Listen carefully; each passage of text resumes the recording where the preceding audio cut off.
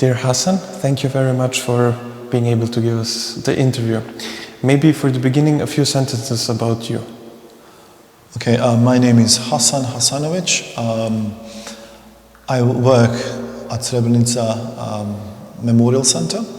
So it's been 14 years since I've been here. I am a survivor of this genocide. I survived the Death March in July 1995. Unlike my father, my twin brother, and my uncle, I'm the only one who survived that march. And all of them are actually buried here across the place where I work at the cemetery. A part of my family survived. It was my mother, my younger brother, and my grandparents, parents of my mother. So the reason why I'm actually here, it is because of what I survived and because of my loved ones who were killed in July and who are actually buried here at the cemetery. At the beginning, I spent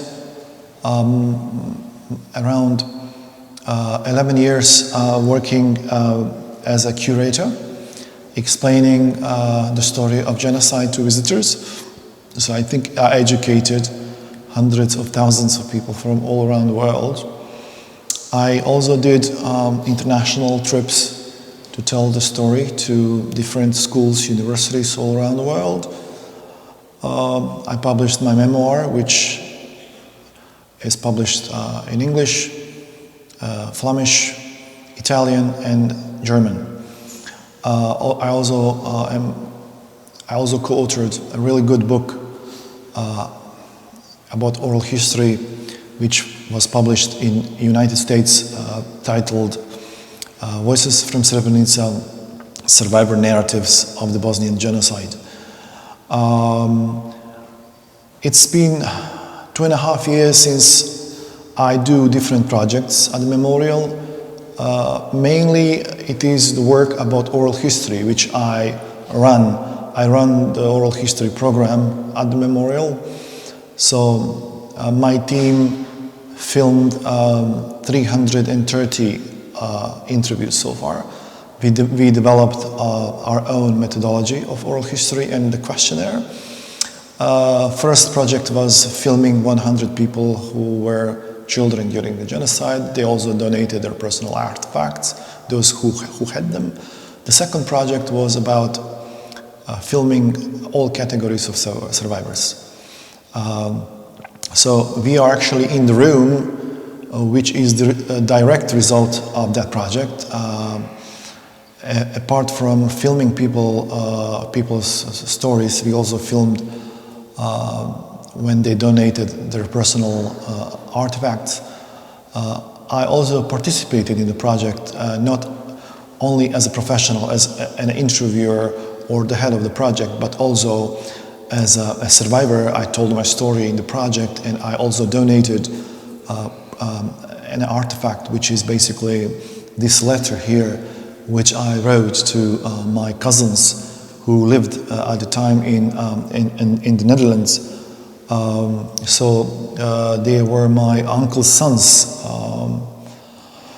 who moved to Netherlands at the beginning of the war in May, when their father was killed in Tuzla because of the shelling of Tuzla. And I was very close to them, and in 1994 I couldn't send them a letter, and I had a Dutch soldier as a friend, so I decided to give him that letter. The problem was that I actually did not provide an address in the letter. He kept the letter for 23 years, and when the first memorial exhibit was opened here, one of his friends brought me that letter, and later I decided to donate that letter in this project. So basically in this project, 100 people donated their personal things and also told the stories about those personal things. So alongside with this letter here, my story, video story is in another room where we have 8 screens, touch screens with an app in that app there is 100 short video stories on these artifacts. Every story is about 3 minutes, and my story is on this letter.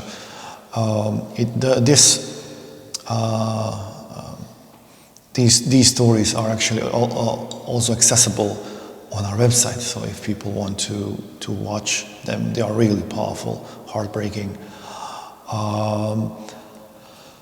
As a result of this exhibition, I created another video exhibition, actually first video exhibition in the history of this memorial, which is titled Srebrenica, Our Story, divided into 20 different topics. Those are main topics of methodology of oral history, starting with local customs, how people lived before the war, what were first signs of war, how people saw the war, that the war was coming, how the war started, then first war crimes, then creation of the Srebrenica enclave, then proclamation of Srebrenica as a safe area, then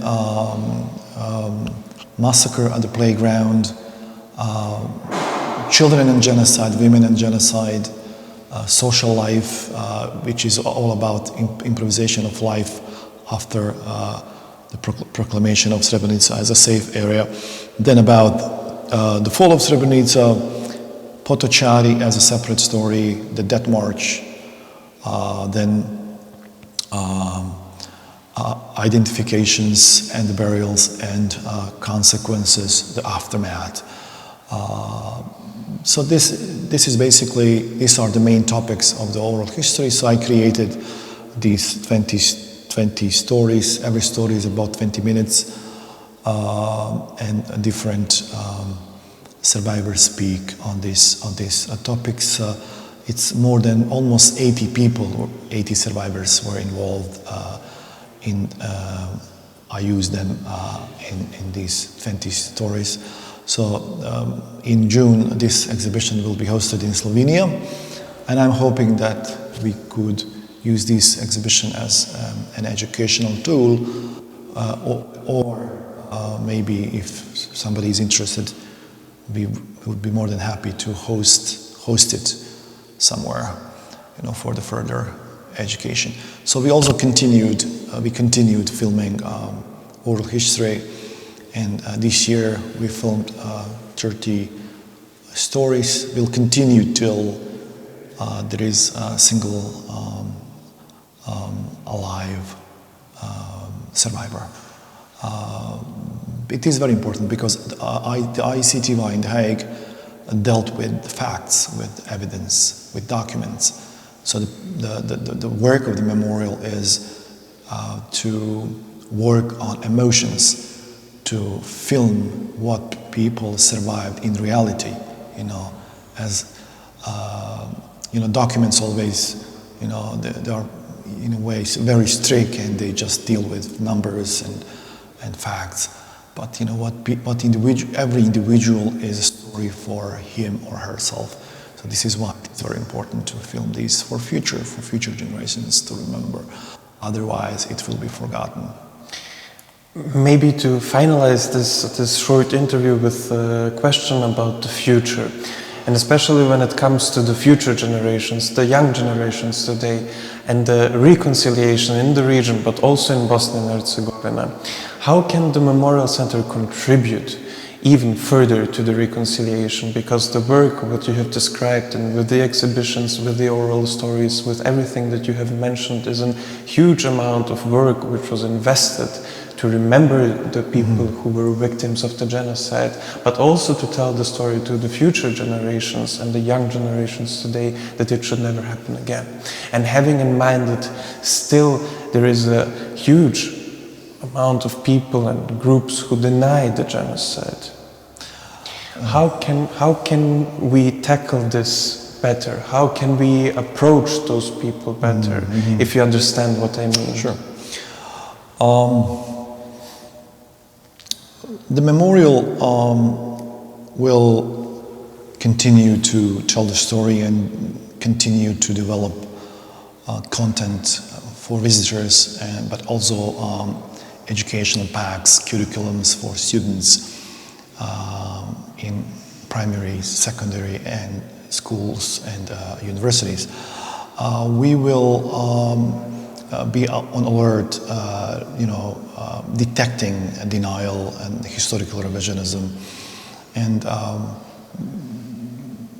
will remind the rest of the world if there is a potential threat for another war in Bosnia or potential possibility for another genocide. It is very important that we continue to work and that we get enough funds for further education, but at the same time we want to emphasize the importance of the work before our own government.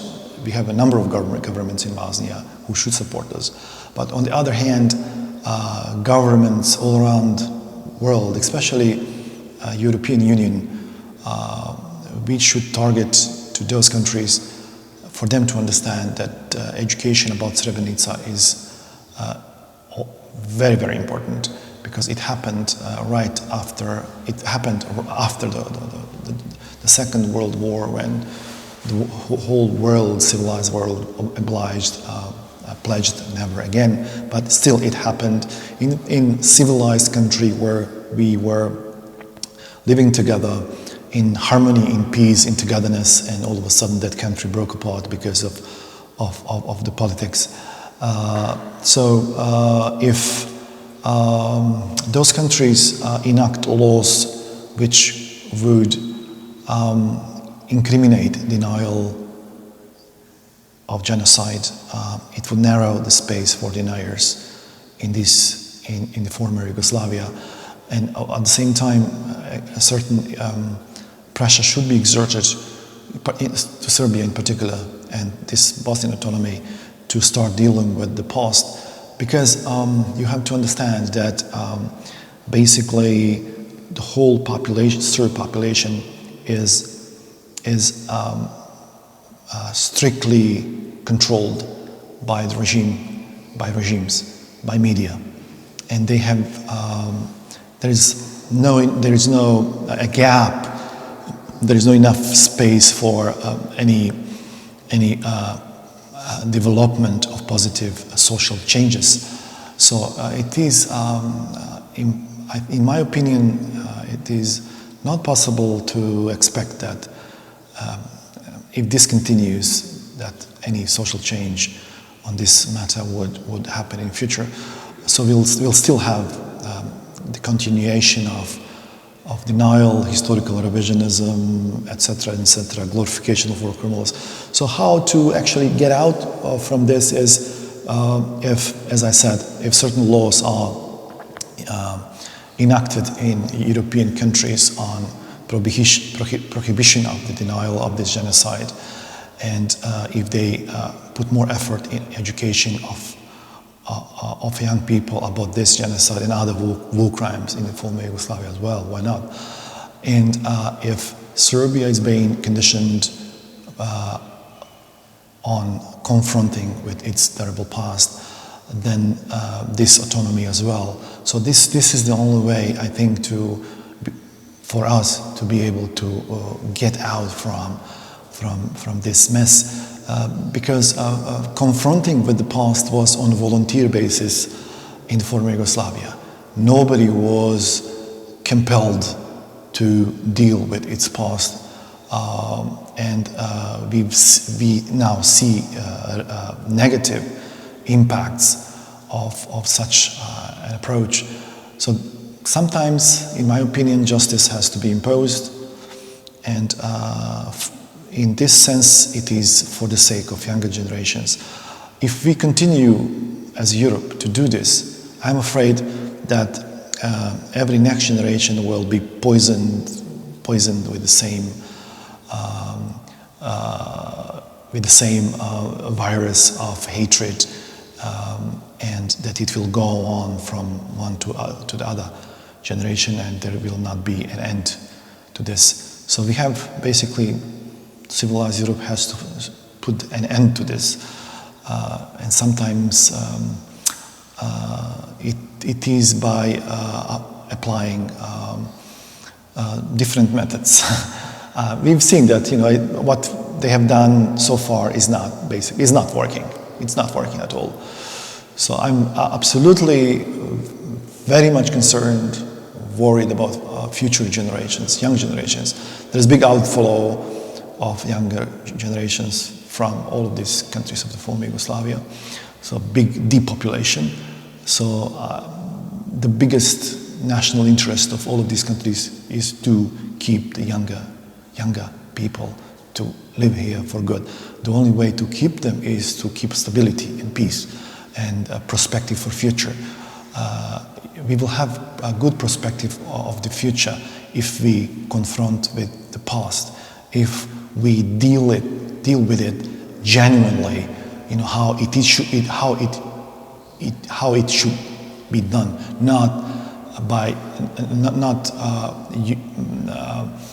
as politicians do, as a part of political promotion or political interests. It should be done by the book, absolutely.